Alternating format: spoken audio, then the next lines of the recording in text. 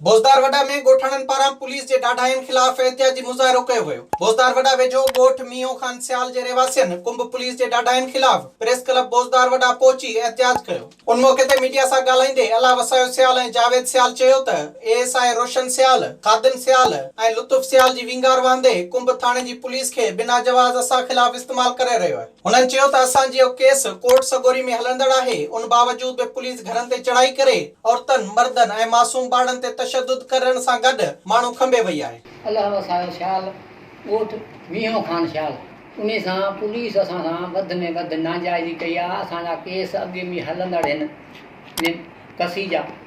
उन कसी ते नाजाइज़ी करे असां सां अॻे बि पुलिस करे वई आहे। हाणे ग़ुलाम दी राज पर ॿिया सिपाह वठी असांजे घरनि में असांजो नुक़सानु करे ॿार बचनि खे बेइज़तियूं करे ऐं असांजा ॿ छोकिरा मुंहिंजा पुट खणी विया न्याज़ ऐं राशिद ऐं असां सां वधि में वधि नाजाइज़ी कई अथई। असांजा अॻे पंहिंजा बिरादरी मसइला हलंदड़ आहिनि कसियुनि जा ॿनियुनि जा। उन ते असांखे तमामु हिन तंग कयो आहे ॾाढो। एहतियात करण आईजी सिंध ऐं एसएसपी खैरपुर खां मुतालबो कयो त नोटिस वठी ॻोठ जे बासरनि ऐं कुंभ पुलिस खिलाफ़ कार्रवाई करे इंसाफ़ ॾियारियो वञे। विजिट कयो अवामी आवाज़ मीडिया ग्रुप जी वेबसाइट awamiawaz.pk